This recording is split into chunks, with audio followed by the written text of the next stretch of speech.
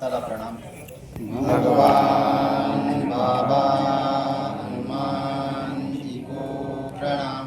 महान त्यागी बाबा जुमदेव जी को प्रणाम. परमात्मा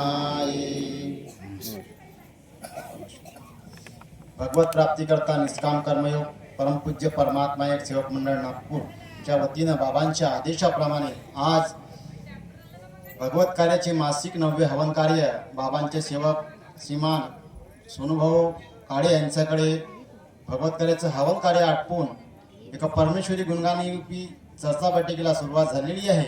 या संपूर्ण भगवत कार्यात सृष्टीविधाता बुद्धिदाता स्वयंशक्तिशाली भगवान बाबा हनुमानजी उपस्थित आहेत. भगवंताला माझा प्रणाम. आम्हा सर्वांचे सद्गुरू मानव धर्माचे संस्थापक महान त्यागी बाबा जुमदेवजी उपस्थित आहेत. बाबांना माझा प्रणाम. बाबांना सदैव साथ देणाऱ्या आम्हा सर्वांच्या मातोश्री वाराणसी आई जुमदेवी ठोकरीकर आई सुद्धा उपस्थित आहेत. आईला माझा प्रणाम. आजच्या या चर्चा बैठकीचे अध्यक्ष खापा गावातील मार्गदर्शक आदरणीय देवाजी ठोकर काकाजी उपस्थित आहेत. त्यांना माझा नमस्कार. आजच्या या चर्चा बैठकीचे उपाध्यक्ष परमपूज्य परमात्मा एक सेवक मंडळाचे माजी संचालक, या परिसरातील मार्गदर्शक, माझ्या परिवाराचे मार्गदर्शक आदरणीय भारतभाऊ ठोकर उपस्थित आहेत. भाऊंना माझा नमस्कार. आणि या भगवत कार्याच्या ज्ञानमंचावर विराजमान बाबांच्या परिवारातील सेवक, सर्व ज्ञानमंच उपस्थित भगवत कार्यात सर्व सेवक सेविका, बालसेवक बालसेविका सर्वांना माझा आदरपूर्वक नमस्कार जी. आजच्या या भगवत कार्याची चर्चा बैठकीचे विषय बाबांनी दिलेले 4 तत्व 3 शब्द 5 नियम, सेवकांवर घडून आलेले नवे जुने अनुभव, मानव धर्माची शिकवण, विचार आणि आधार या विषयावर ही भगवत कार्याची चर्चा बैठक सुरुवात आहे. याआधी छान सुंदर असं अनुभवाच्या माध्यमातून बरेचशा सेवकांनी आपल्याला अनुभवरूपी मार्गदर्शन मार्गावर विचार सांगितलेले आहे. आणि मी एक साधा बाबांचा सेवक आहे, बाबांचा तुच्छ एक सेवक आहे, अज्ञानी सेवक आहे. ज्याप्रमाणे भगवंत बुद्धी देतील त्याप्रमाणे विचार मांडण्याचा प्रयत्न करतो. कारण मी सुद्धा भगवत कार्यात जातो. माझी एकच इच्छा असते की मला हा मानव धर्म काय आहे, बाबांची शिकवण काय आहे ते मला घ्यायचं आहे. कारण मानव धर्म हा शिकण्याकरता बाबांनी दिलेला आहे. जो शिकेल तोच टिकेल. आणि आम्हाला इथं ही भगवत कार्याची चर्चा बैठक या शाळेत मी आलो, शिकण्याकरता आलो आहे. मलाही इथून काहीतरी ज्ञानामृत माझ्यासाठी, माझ्या परिवारासाठी घेऊन जायचं आहे. आणि संचालकाने मला आदेश दिला आहे की शिकवणीवर काहीतरी सांगण्याचा प्रयत्न करतो. पण खऱ्या अर्थाने आम्ही सर्व सेवक बाबांचे सेवक आहोत. आणि आम्हाला मार्गदर्शन करणारे म्हणजे फक्त एकमेव मार्गदर्शक आमचे महान त्यागी बाबा जुमदेवजी. आणि आम्ही लोक मार्गदर्शन करू शकत नाही. आणि कारण बाबांचे आम्ही साधे सेवक, अज्ञानी सेवक आहोत, एक तुच्छ सेवक आहोत. आम्ही फक्त आम्हाला जे मानव धर्मात काय मिळालं, त्या परमेश्वराने आम्हाला काय दिलं, बाबांची शिकवण, विचार आणि हा मानव धर्म कसे पुढे जाईल ते तत्व, शब्द, नियम आमच्या आचरणात आम्ही कसे आणले, त्याचा अनुभव आम्हाला कसा मिळाला, तो परमेश्वरूपी प्रसाद आम्हाला कसा मिळाला, ते आम्हाला त्या परमेश्वराचे गुणगान आम्हाला करायचे आहेत. त्याच करता ही चर्चा बैठक आम्हाला बाबांनी दिलेली आहे. मार्ग खूप सुंदर आहे आणि करणाऱ्याला सरळ आहे. आणि बाबांनी सांगितलं आहे तत्व, शब्द आणि नियम. जेव्हा या मार्गाशी प्रत्येक व्यक्ती जो जुळतो, जो मानव धर्मात जुळणारा प्रत्येक व्यक्तीचा इतिहास जर बघाल तर कुणीच बिना दुःखाने या मार्गाशी जुळलेला नाही. आणि तो अशा प्रकारे त्या दुःखाचे सर्व उपचार त्यांनी या मार्गात येण्याच्या आधी करून बघितलं. पण त्याला त्या दुःखाचं निवारण कुठं मिळालेलं नाही. आणि सरते शेवटी त्याला कुठंतरी या मार्गाच्या सेवकाच्या मार्फत म्हणा, कोणीतरी या मार्गाच्या विचाराच्या मार्फत त्याला हा मानव धर्माची माहिती झाली. आणि तो आपले दुःख घेऊन या मानव धर्मात भगवत कार्याची माहिती देणाऱ्या मार्गदर्शकाकडे जाऊन आपल्या दुःखाचे निवारण त्या सेवकाने केलं. आणि हा मानव धर्म कसा पुढे जाईल, कारण बाबांचे शब्द होते, एक दिवस सर्व जगभर या मानव धर्माची ज्योत प्रज्वलित व्हायला पाहिजे. ते स्वप्न बाबांचे आहेत. आणि ते स्वप्न साकार करण्याची प्रत्येक सेवकाची जबाबदारी आहे. आणि ती जबाबदारी आम्ही परिपूर्ण पार पाडतो का? कारण आम्हाला आमची गृहस्थी आम्हाला सजायची आहे. जर आम्ही आमची गृहस्थी उंचावली तर आमचे दुःख कसे दूर झाले, ते दुःख या मानव धर्मात येऊन मानव धर्मात येण्याच्या आधी आम्ही कसे होतो आणि मानव धर्मात आल्यानंतर आमचे जीवन कसे परिवर्तन झाले, आमच्या विचारात कशी क्रांती आली, आमच्या गृहस्थीमध्ये कसे बदल झाले, ते सर्व बघून आमच्या जवळपास सामाजिक जो जुळलेला व्यक्ती आहे, आमचा रिश्तेदार असेल, कोणी दोस्त यार असेल, तो दुःखाने ग्रस्त आहे, तो कुठे ना कुठे त्याला या मानव धर्माची ओढ लागेल आणि तो बघेल की या व्यक्ती मानव धर्मात येण्याच्या आधी याचे एवढं दुःख होते आणि या मानव धर्माशी जुडला, परमात्मा एक मार्गाशी जुडला, याचे संपूर्ण दुःख दूर झाले. आज याची गृहस्थी उंच आहे. आज माझ्यावर दुःख आहे, जर मी या मानव धर्माचा स्वीकार केला तर माझेही दुःख दूर होतील का, असे विचार कुठं ना कुठं अप्रत्यक्षरित्या त्या दुःखी मानवाच्या मनात निर्माण होतात. त्याच करता हे भगवत चर्चा बैठक बाबांनी गावोगावी आम्हाला लावून दिलेली आहे. मग ती आठवडी असो, 15 असो, मासिक असो, भगवत कराच्या 9व्या हवनाच्या माध्यमातून असो की मोठे सेवक संमेलनाच्या माध्यमातून असो, बाबांचा उद्देश एकच होता की या मानव धर्मात आम्ही या चर्चा बैठक बसणारे सेवक तर सुख समाधानी झालोच, पण या माईकच्या मार्फत आम्ही जे अनुभव सांगतो, जे परमेश्वराचे गुणगान सांगतो, जे आम्हाला परमेश्वराने गुणगान आणि जे प्रसाद आम्हाला दिलेला आहे, ते कुठेतरी दुःखी मानव या जगात भरपूर आहेत, जे आजही एका भगवंताला ओळखत नाही, एका भगवंताला समजत नाही, एक परमेश्वर काय आहे हे त्यांना अजून समजायला वेळ आहे आणि ते दुःखात जगत आहेत. ते कळावं परमात्मा एक काय आहे, मानव धर्म काय आहे हे त्यांना समजावं, तर परमेश्वराचे गुणगान त्यांना समजावं आणि अशाच प्रकारे हा मानव धर्माचा प्रचार आणि प्रसार होऊन त्या दुःखी मानवाचे दुःख दूर व्हावं. त्या दुःखी माणसाच्या कानापर्यंत हा परमेश्वराचे गुणगान माईकच्या मार्फत गेलं पाहिजे. अशा प्रकारे हा मानव धर्म पुढे जाईल हे बाबांचे स्वप्न होते आणि तेच कार्य आम्हाला तुम्हा सर्व सेवकांना करायचं आहे. बाबांनी दिलेले तत्व शब्द नियमाचा आचरण आम्हाला आमच्या परिवारात करायचा आहे, कारण मार्ग हा परिवाराचा आहे. बाबांनीही जेव्हा एका भगवंताला प्राप्त केलं, बाबांच्या परिवारात खूप दुःख होते आणि ते दुःख अनावर झाले होते. त्यांना दुःखाचा ते दुःख कसे दूर होते त्यांना उपाय सापडत नव्हते. तर शेवटी बाबा जेव्हा घराच्या बाहेर त्या दुःखाच्या निवारण शोधण्याकरता गेले, जी अनोळखी व्यक्ती कधीही न भेटणारी, जे बाबांची काही ओळखी नाही, पण त्या परमेश्वराने त्यांना पाठवलं बाबांचे दुःख दूर करण्याकरता. ते आत्मारामजी चांदगडीकर एका संन्यासाचे मुलगा आणि ते त्या भगवत प्राप्तीचा मंत्र घेऊन बाबाकडे गेले. मी ती परमेश्वराची भेट, परमेश्वराला घडवायचं होतं या कलियुगात. महान त्यागी बाबा जुंदीच्या रूपाने एक आत्मा परमेश्वराचा रूप जन्माला आला आणि त्या आत्म्याच्या माध्यमातून आम्हा सर्व आत्म्याचे शुद्धीकरण त्या भगवंताला करायचं होतं. कारण बाबांनी सांगितलं आहे, जेव्हा 3 एप्रिल 1921 ला बाबांचा जन्म झाला आणि बाबांनी 1945 ला बाबा हनुमानजीची प्राप्ती केली, 1948 ला एका भगवंताची प्राप्त केली. भगवंताने बाबांच्या मुखातून प्रचिती काढली कि सतयुग का निर्माण हो गया और सतयुग का शुरुआत हो गया. आणि तो सतयुग आज या मानव धर्मात सुरू आहे आणि हा कलियुगाचा उत्तरार्ध आहे. बाबांना या परमेश्वरांना वाटत होते की हा कलियुग संपावा आणि कुठेतरी सत्याचा आधार घेऊन, तत्वशब्द नियमाचा आधार घेऊन पुढे हा सतयुगाचा निर्माण व्हावा. म्हणून या कलियुगातील मानवाला त्या सतयुगात कसा प्रवेश करता येईल आणि सतयुगातील जीवन कसं जगता येईल, त्याकरता त्या परमेश्वराने आम्हा तुमचे दुःख दूर करण्याकरता महान त्यागी बाबा जुंदीचे रूपाने आम्हा तुम्हाला ते सद्गुरू आम्हाला मिळाले.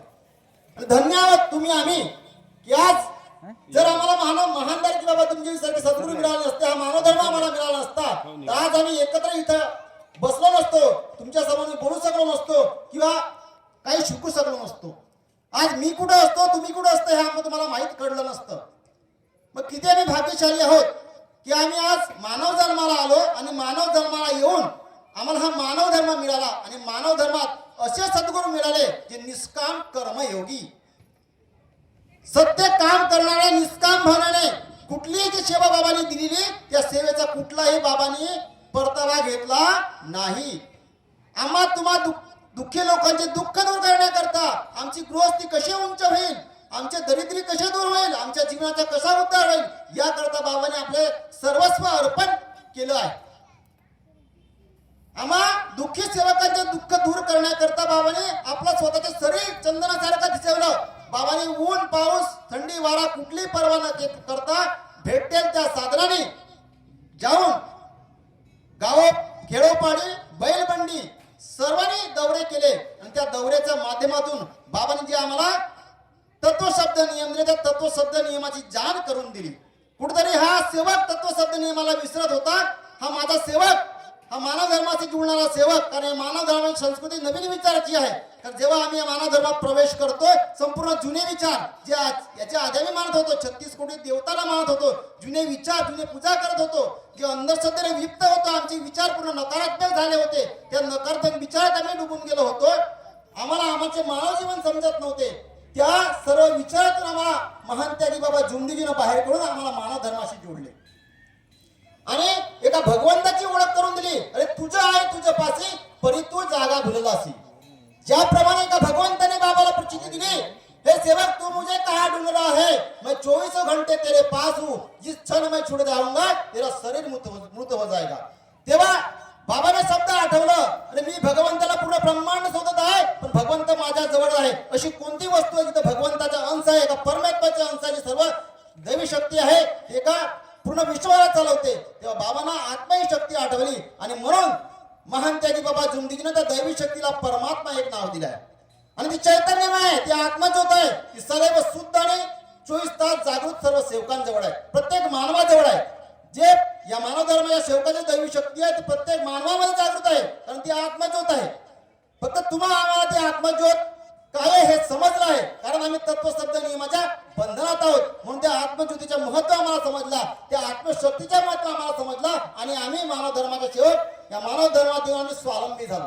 कारण बाबांनी आम्हाला स्वावलंबी बनवलं आहे. स्वतःचं जीवन स्वतःच्या हाताने उद्धार करण्याचा, स्वतःचं कल्याण करण्याचा बाबांनी आम्हाला हा मार्ग दिलेला आहे. कारण आम्ही हवन स्वतः घडवतो, कुठल्याही दुसऱ्या व्यक्तीला बोलवत नाही. पूजा आम्ही स्वतः करतो. किती स्वावलंबी मार्ग आहे. जो मागेल तो भेटतो. कारण बाबांनी सांगितलंय या मानव धर्मातला सेवक हा कलियुगात जगत नसून सतयुगात जगतो. कसं?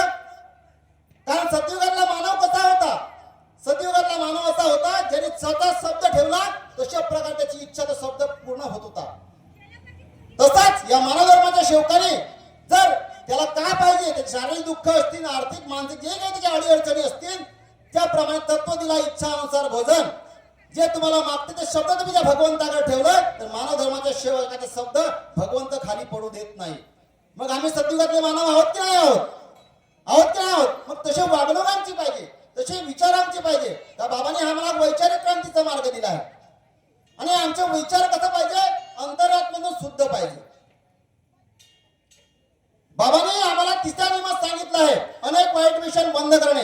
आम्ही दारू सोडली, जुवा सट्टा जे काही अनेक आम्हाला पटाची वजह सोडले, पण सर्वात आधी वाईट विचार आधी मानव धर्माचे सेवक बाळगत आहेत. तुम्ही दारू सोडली, सट्टा, जुवा, लॉटरी, पटाची ओढ सोडलं, पण सर्वात वाईट व्यसन या मानव धर्माच्या सेवकांनी सोडलं नाही. ती मनाला मला खंत वाटते. आणि ते सर्वात वाईट व्यसन म्हणजे तुमच्या आंतरिक मनातील असलेले वाईट विचार. आणि तेच सर्वात गरज आहे. बाबांनी सांगितलं आहे वैचारिक क्रांती. आम्हाला सेवकांनी सेवकासोबत कसं वागायचं, ते आंतरिक मनात शुद्धता आमच्या मनात असणे आवश्यक आहे. कारण मार्ग हा एकटेच आहे. आम्हाला वारंवार मार्गदर्शक जेव्हा सांगतात, आम्ही मार्गात जेव्हा आलो, परिवारासहित आलो, परिवारासहित आम्हाला मार्ग मिळाला आणि मार्गदर्शकांनी समजावून सांगितलं, या मार्गात येण्याच्या आधी जे तुझे विचार असतील, कुणाबद्दल द्वेष असेल, राग असेल, ते सर्व तुला सोडायचे. जुने विचार सोडून जुने विचार टाकून तुला या मानव धर्मात प्रवेश करायचा आहे. एका भगवंताच्या चरणी राहून तुझा प्रपंच तुला साधायचा आहे आणि तेच विचार आम्हाला ठेवायचे आहेत. आज आम्ही आमच्या आंतरिक विचाराची शुद्धता ठेवली नाही तर आमचे वाईट मिशन बंद झाले नाही. कारण तुमच्या विचारात शुद्धता असेल, आंतरिक विचार शुद्ध असतील, तर ते आत्म्याचे विचार समोर प्रगट होतात आणि ते प्रगट निर्मळ जसा मन असतो शुद्ध, त्याप्रमाणे ते विचार दिसतात. तर हा मार्ग एकटेच आहे. ही शक्ती, दैवी शक्ती तिथं काम करते, तिच्या एकता असते. आणि सेवकाने सेवकासोबत आंतरिक शुद्धतेच्या विचाराने व्यवहार करायला पाहिजे. आंतरिक शुद्धतेच्या विचार तत्वशब्द नियमाप्रमाणे वागायला पाहिजे. आणि ते आम्हाला करण्याची गरज आहे. कारण हा वैचारिक क्रांतीचा मार्ग आहे. जेव्हापर्यंत वैचारिक क्रांती होणार नाही, मानव धर्माच्या सेवकाला त्याचं ध्येय मानव मंदिर साधण्याचे बाबांनी आम्हाला ध्येय दिलेलं आहे, तेव्हापर्यंत त्यांचं मानव मंदिर सजणार नाही. हा आत्मा आम्हाला सजायचा आहे, तिथं आम्हाला दैवी शक्ती आमच्या त्या अंतरात्म्यात विराजमान असली पाहिजे. कारण त्या आत्म्यामध्ये त्या परमेश्वराचे स्थान आहे. त्या दैवी शक्तीला जर आम्हाला आमच्या सोबत ठेवायचं, 24 तास जागरूक ठेवायचं आहे. जेव्हा आम्हाला जे पाहिजे ते मिळेल, त्याकरता आमचे मन, आंतरिक मन, आत्म्याचे विचार शुद्ध पाहिजे. ज्याप्रमाणे निर्मळ पाणी असते त्याप्रमाणे निर्मळ आमचे मन, निर्मळ आणि विचार असले पाहिजे. एकामेकाप्रती आमचा सेवक मोठा असो लहान असो, आम्हाला सेवकांप्रती, मार्गदर्शकांप्रती आमच्या मनात आदर पाहिजे, आदर सत्कार पाहिजे. मागे आणि पुढे निर्माण मनात म्हणजे मागे असं नाही की पुढे आम्ही आता आदर सत्कार करतो आणि मागे गेल्यानंतर विसरून जातो, असं होतं कामा नये. कारण आम्ही सेवक आहोत, आम्ही बाबांचे सेवक आहोत. कुणी बघत असेल नसेल बघत, पण ती दैवी शक्ती 24 तास आम्हाला बघतो आहे. ती दैवी शक्ती आम्हाला 24 तास आमच्या अंतरात्म्यातून काय विचार आहे, मी काय बोलत आहे, माझ्या बोलण्याच्या मागच्या काय उद्देश त्या दैवी शक्तीला कळत आहे. कुणाला कळतं नाही कळत हे मला माहित नाही. आणि तो वैचारिक क्रांतीचा मार्ग आम्हाला पुढे न्यायचा आहे. कारण बाबांनी सांगितलंय या मार्गाचे येणारे सेवक आदरणीय मार्गदर्शक मंडळी या मंचा विराजमान आहे. आधी मार्ग कसा होता, आज पुढे मार्ग कसा आहे. आज एक चांगली गोष्ट या मानव धर्मासाठी की आज या मानव धर्माकडे लोक एक संस्काराचा मार्ग, एक चांगल्या संस्कृतीचा मार्ग म्हणून उच्च जे शिक्षित लोक आहेत, जे ISI IPS च्या मोठ्या कॅटेगरीचे शिक्षण घेणारे लोक एक मानव धर्माकडे एक संस्काराचा मार्ग, चांगल्या विचाराचा मार्ग, एक संस्कृती घडवणारा मार्ग म्हणून बघत आहे. हे आमच्या मानव धर्मासाठी खूप मोठी गौरवाची गोष्ट आहे. कारण असे अनुभव घडले आहे. कारण काही लोकांना मी भेटले, ते माझ्या संपर्कात आहेत, ते लोक या मानव धर्मात प्रवेश केला. IPS आहेत, एक वर्ध्याचे SP साहेब आहेत, आणि त्यांच्यावर दुःख तर होतेच, पण ते का जुळले. त्यांचा मुलगा चांगल्या पर्सेंटेजने पास झाला. पर्सेंटेज पास झाल्यानंतर त्यांना खंत असायला पाहिजे का, 98% त्या मुलाला मिळाले, पण वडिलांना समाधान नाही. का काय अर्थ असेल. सर म्हणे मी याला लाखो रुपये खर्च करून पर्सेंटेज घेतले म्हणे, ठीक आहे म्हणे, पण कुठंतरी असे शाळा सांगा म्हणे ज्याला मी याला संस्कार देऊ शकेल, ती शाळा सांगा म्हणे. याला पर्सेंटेज घेतले चांगले, पण याला याच्यामध्ये संस्कार नाही. मग त्याला काय अर्थ. 98% घेतलं पण त्यांच्यामध्ये संस्कार नाही, म्हणजे कुठं त्या वडिलाला भीती होती, याने जरी पर्सेंटेज घेतली असते पण संस्कार नाही, जे विचार चांगले नाही, कुठेतरी हे वाईट लाईनला जाईल. आणि सरते शेवटी त्याला कुठेतरी सांगितलं हा मानव धर्म असा आहे, इथं संस्कार मिळतात, चांगले विचार मिळतात, सत्य मर्यादा प्रेमाच्या आचरणाचे विचार मिळतात. जीवन काय आहे, मानवाने मानवाशी प्रेमाने सत्य मर्यादा प्रेमाचे आचरण करून आपलं मानव जीवन कसं उंच करता येईल ते शिक्षण इथं दिलं जाते. ते अशा प्रकारे माहिती त्या व्यक्तींना दिल्या गेली आणि ते SP आहेत आपल्या वर्ध्याला, त्या मानव धर्माशी जुळले. असेच एक व्यक्ती आपल्या तुमच्या सर्कलला सुद्धा PI होते, ते आज नागपूरला डेप्युटी SP आहेत, पिपरेवार साहेब, ते सुद्धा आपल्या मानव धर्माचे सेवक आहेत. आणि ते सुद्धा त्यांच्या मुलावर सुद्धा असंच अनुभव होतो संस्कारामुळे. बघा आपल्या मानव धर्मासाठी खूप गौरवाची गोष्ट की आज मार्ग हा चांगल्या विचाराचा आहे. आधी मार्ग फक्त असा होता की एक व्यसनी लोक त्या मार्गाकडे जुळत होते, पण आज चांगल्या विचारचे लोक, उच्च श्रेणीत लोक या मार्गाकडे जुळत होतात. कारण या मार्गाला कुठेतरी जे बघण्याचा उद्देश आहे तो चांगला झालेला आहे. हा मानव धर्म एक चांगल्या विचाराचा, चांगल्या संस्काराचा, चांगला मानव घडविण्याचा मार्ग आहे. असे बरेचसे उच्च श्रेणीत लोक, उच्च शिक्षित लोक या मार्गाकडे बघत आहेत आणि तेच कार्य आम्हाला करायचं आहे.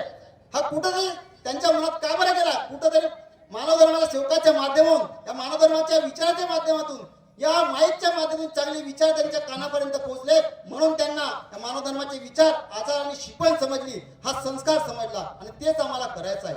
बाबांनी जो विचार आम्हाला दिलेला आहे, जी शिकवण आम्हाला दिलेली आहे, ते आमच्या परिवारात आम्हाला ठेवायची आहे. या चर्चा बैठकीच्या माध्यमातून जे ज्ञान आम्ही घेऊन जातो ते आम्हाला आमच्या परिवारात बसून चर्चा करायची आहे. कारण हा भगवंताचा प्रसाद आहे, हा परमेश्वरी कृपेचा प्रसाद त्यालाच मिळतो ज्याच्या नशिबात असतो. आज तुम्हाला परमेश्वरी कृपेचा प्रसाद मिळायचा होता म्हणून तुम्ही या भगवत चर्चा बैठकीत उपस्थित आहात. कारण जो जाईल त्यालाच रोजी मिळेल, जो जाणार नाही त्याला रोजी मिळणार नाही. हा मार्ग त्यागाचा आहे, हा मार्ग तपस्या करण्याचा आहे. आम्हाला वैचारिक त्याग करायचा आहे. जर आम्ही आमच्या जीवनात वैचारिक त्याग केला तर आमचं जीवन सफल झाला. कारण बाबांनी आम्हाला तिसऱ्या तत्वात सांगितलंय, दुःख दारी दूर करते उद्धार. आमचे दुःखही दूर होतील, दरिद्री दूर होईल आणि अंतिम क्षणी हा मार्ग एक भगवंत आम्हाला आमच्या जीवनाचा उद्धार करेल. सरळ आणि साधा सोपा मार्ग आहे, त्याप्रमाणे आम्हाला चालायचा आहे. तो परमेश्वर कृपेचा अनुभव आम्हाला घ्यायचा आहे आणि आपल्या परिसरात जे दुःखी व्यक्ती असतील त्यांना तो अनुभवाच्या माध्यमातून, तुमच्या विचारसरणीच्या माध्यमातून, तुमच्या वागणुकीच्या माध्यमातून तो दुःखी मानव जागेल. अशा प्रकारे हा मानव धर्म पुढे जाईल. परमात्मा एक मार्ग, एक परमात्मा जी ज्योत आहे ती अखंड चालत राहील. तो बाबांचं स्वप्न आम्हाला पूर्ण करायचं आहे. ती प्रत्येक सेवकाची जबाबदारी आहे. ती वैचारिक क्रांती आम्हाला जपून ठेवायची आहे.